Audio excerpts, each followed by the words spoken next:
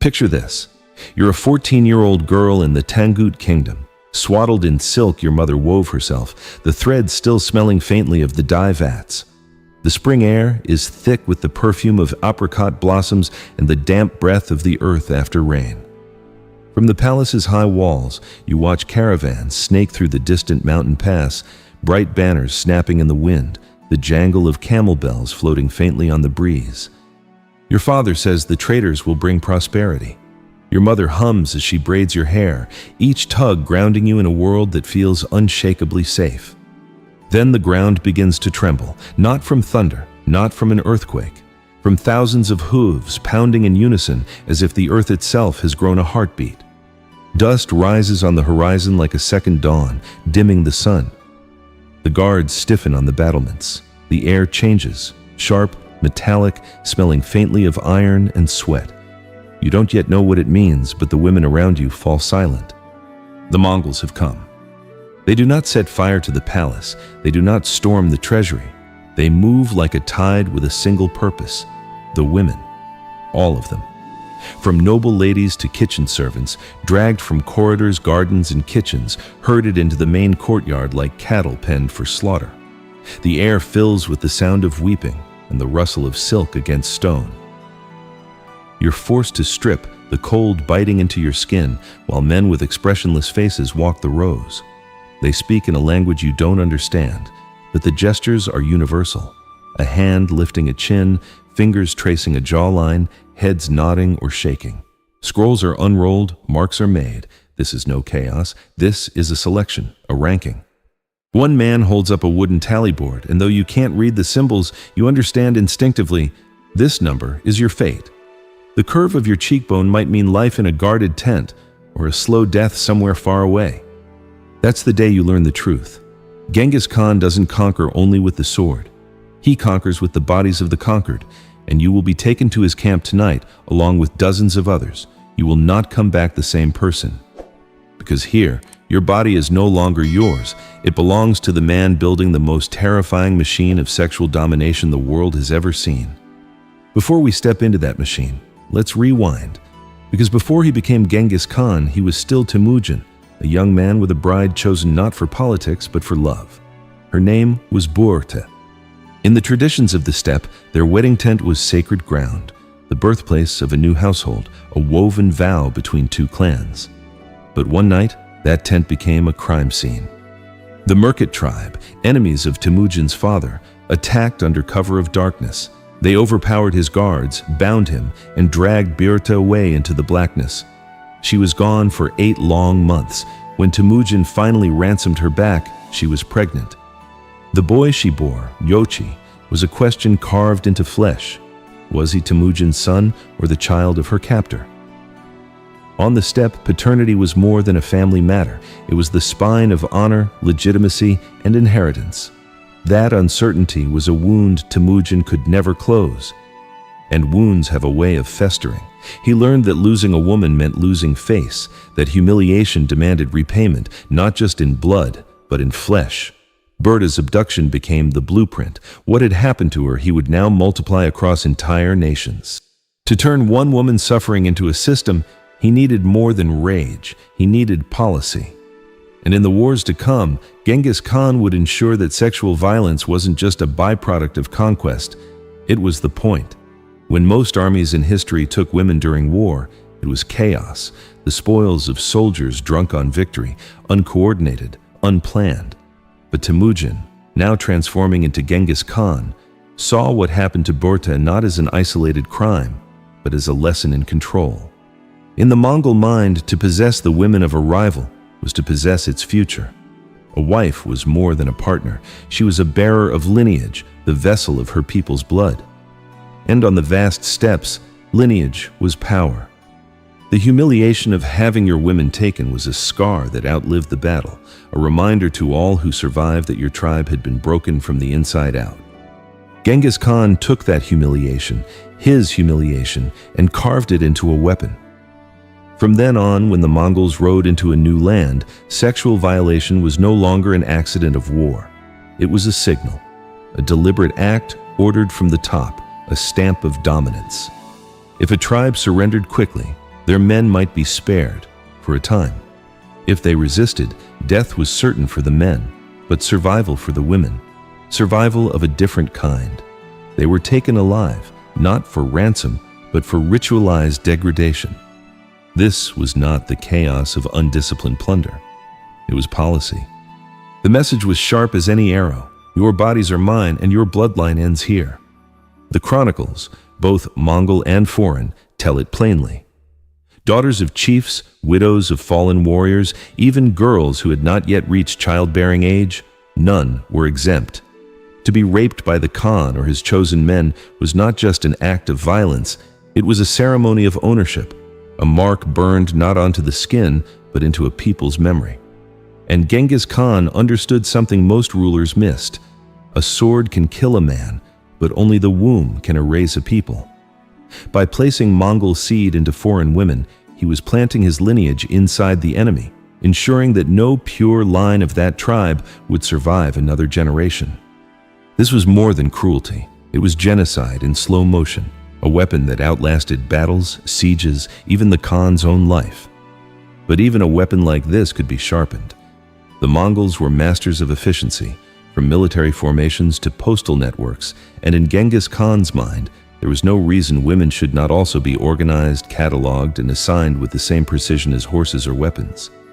That's when he began to build something the world had never seen before, a 100-point system for human bodies. It wasn't lust, it was logistics. Genghis Khan understood that even in atrocity, disorder was wasteful. Chaos squandered resources, efficiency extended power. If sexual domination was to be a weapon, it had to be measured, sorted, and distributed with the same discipline as grain or arrows. So he created the 100-point system, a cold, bureaucratic scoreboard for human beings. Every captured woman, from princess to shepherd girl, was examined. Her virginity was noted, her facial symmetry judged, the smoothness of her skin, the length and thickness of her hair, even her ancestry, all became variables in a formula. The evaluation was carried out by trusted officers or eunuchs, men whose job was not pleasure, but categorization. Numbers were recorded on wax tablets or scrolls, a single mark deciding a woman's entire fate. Those who scored 90 points or more were absorbed into the Khan's personal harem, a guarded, opulent prison. They lived in felt palaces, draped in silk, served delicacies brought from conquered lands, but they belonged entirely to him, as possessions, not people. Scores between 70 and 89 were given as gifts to generals, governors, or foreign envoys. These women became living tokens of loyalty, bargaining chips in the web of Mongol diplomacy. Scores below 60 were sent to the Ordu brothels, grueling rotations serving common soldiers, sometimes dozens in a single day. Life expectancy here could be measured in months. This was merciless arithmetic. A soldier's wife might be spared the worst because she scored a 72. Another woman, with a score of 58, might be worked to death before the season turned. The system stripped away the pretense of romance or impulse.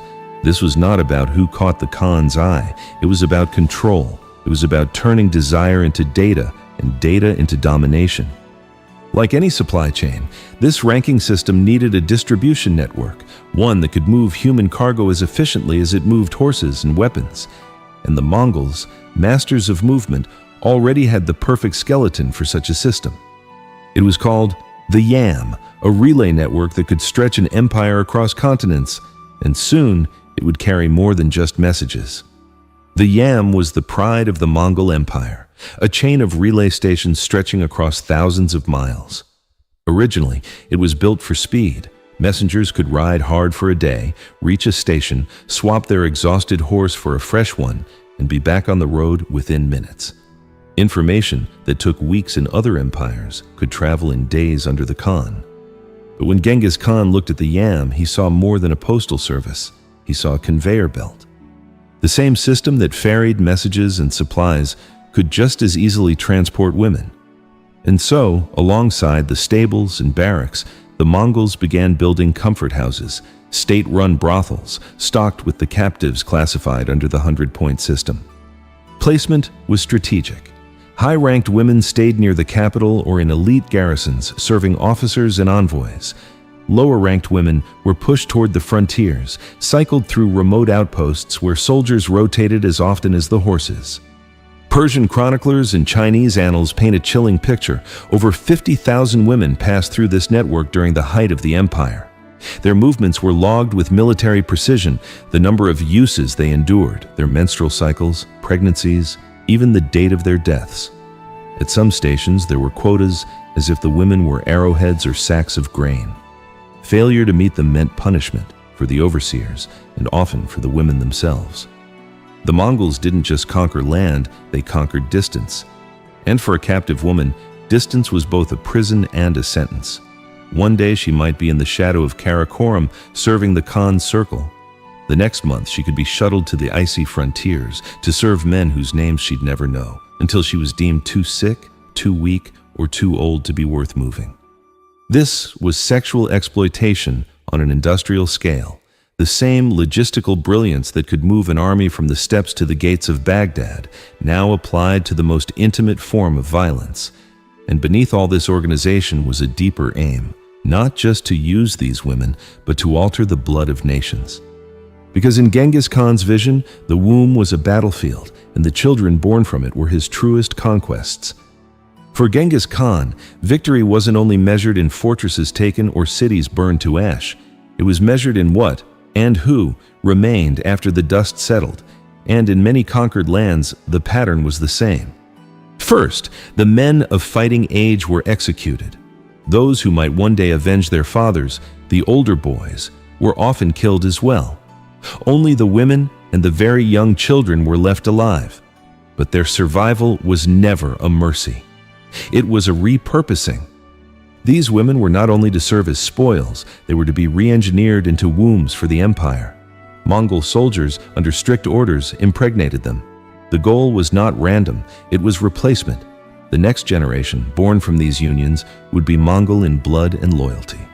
The native male lines would vanish in a single generation without another arrow loosed. Modern genetics has confirmed the scope of this policy. Around 1 in every 200 men alive today, roughly 16 million individuals, carries a Y chromosome that can be traced directly back to Genghis Khan. This isn't the genetic footprint of chance encounters or scattered romance. It's the residue of a deliberate, systematic breeding campaign carried out across continents. For the women, there was no after. Their children were raised as Mongols, speaking Mongol tongues, practicing Mongol customs, and in some cases, those sons were sent to war, sometimes against the very villages where their mothers were born. It was biological warfare without siege engines or catapults, a way to redraw the human map without touching the borders. Every womb taken was a border crossed. Every child born was a conquest that would never appear in the chronicles as a battle. And yet, within this vast machinery of domination, there were still those who refused to be only numbers or bodies or vessels. One of them, a woman known as Gerbil, would take her place in the Khan's own tent, and she would not enter it as a victim. She would enter with a dagger. The Tangut kingdom had resisted the Mongols for years, holding its ground against an enemy that seemed impossible to stop. But in the end, resistance only delayed the inevitable. When the kingdom fell, its royal household was destroyed, every man executed, every woman claimed as spoils. Among them was Princess Gerbil. Her beauty, her noble blood, and her youth earned her an almost perfect score in the Khan's ranking system, a 98-pointer. That number sealed her fate. She would not be scattered to some distant frontier. She would be placed in the Khan's personal harem, the innermost circle of power and control. To the outside world, this was considered the highest form of survival. Life inside the Khan's felt palaces meant silk robes, fine food, protection from the brutality of soldiers. But Gerbil understood what it really was, a more gilded form of captivity.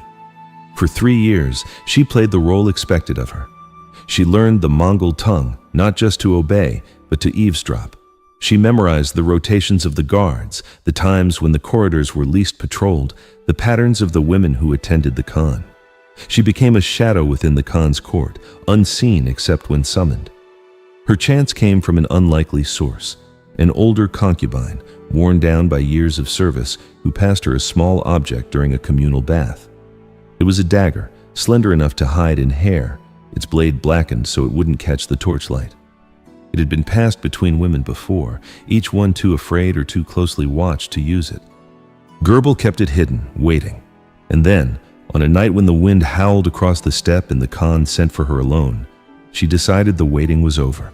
She wound her hair high, securing the dagger within with pins, and walked through the cold toward the great felt tent. The guards let her through without question. Inside, the air was heavy with the sense of horsehide, sweat, and pine resin from burning torches. The Khan sat on a low couch draped in sable fur, a bowl of fermented mare's milk in his hand. He motioned her closer. She moved slowly, gracefully, every step measured, the pins pressed cold against her scalp, the dagger a secret weight above her crown. When she knelt, he reached for her face. That was her moment. With one fluid motion, she pulled the blade free and drove it down, not into his chest, but into his groin. The Khan's roar was swallowed by the storm outside. Blood spread quickly across the furs, dark and glistening. He reached for a weapon that wasn't there, but she leaned in close enough for him to hear her whisper, "For Tangut." By morning, the Khan's tent was sealed. His body was carried out in silence. The official records would claim he died of illness during the campaign. But in the secret network of the empire's enslaved women, the truth traveled faster than any rider of the Yam. A princess had walked into the Khan's tent, and he had never walked out. In the Mongol court, history wasn't simply recorded, it was engineered. Chroniclers wrote what the Khan's heirs wanted remembered, and what they wanted forgotten was buried deep. Official scrolls stated that Genghis Khan had fallen ill on campaign, dying quietly in his tent. There was no mention of Gerbil, no mention of a dagger hidden in her hair, no whisper of a wound that no warrior could survive. But outside those guarded archives, the story lived. In the dim corners of comfort houses along the Yam, women passed it from mouth to mouth. They spoke of the Tangut princess who entered the Khan's tent alone, of the blade blackened so it would not shine, of the blood that soaked sable fur in the flicker of torchlight. They told it in the hush of shared baths, in the low murmur of night, until it became less a story and more a talisman, proof that even the most feared man in the world could bleed. The Mongol elite feared the legend. They tried to snuff it out by scattering survivors, burning harem records, punishing anyone caught telling forbidden tales. But legends are stubborn things. They slip past the guards, hiding in lullabies, in whispers between captives, in the knowing glance of a woman who has heard the name Gerbil before. And while the empire continued, the ranking systems, the comfort houses, the quotas, something had changed. The machine was no longer untouchable.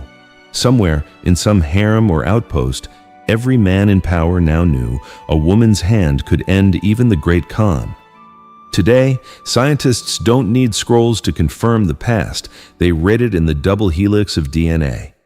Across vast stretches of Asia, from Mongolia's open steppes to the plains of Persia, a single Y chromosome signature repeats again and again. It belongs to Genghis Khan. Roughly 16 million living men carry it, 1 in every 200 on Earth. This isn't the footprint of romance, it's the genetic scar of an empire that used reproduction as conquest, intimacy as war. Every marker in that DNA chain is a reminder of a woman who had no choice, of a child born to erase a people's bloodline. And the cultural scars remain too. In many regions once under Mongol rule, traditions of female seclusion, obsessions with virginity, and rigid male dominance trace back to these centuries of enforced control. Anthropologists call it the genetic and cultural scar, a shadow of conquest that outlives the conqueror. Genghis Khan's empire fractured long ago, but its most enduring monument isn't a ruin or a border. It walks the earth in living bodies, millions of them, and all of it began with the theft of a single bride from a wedding tent. The Khan believed women were the map on which he could draw his empire, measured, traded, bred into submission. But in the end, it wasn't an army or a rival ruler who stopped him. It was one woman who refused to be a line on his ledger. Gerbil's name never made it into the official histories, but every time her story was whispered in the dark, every time the words "for Tangut" were breathed between women, the blade lived again, We don't choose the past, but we can choose how to tell it. And sometimes, telling it truthfully is the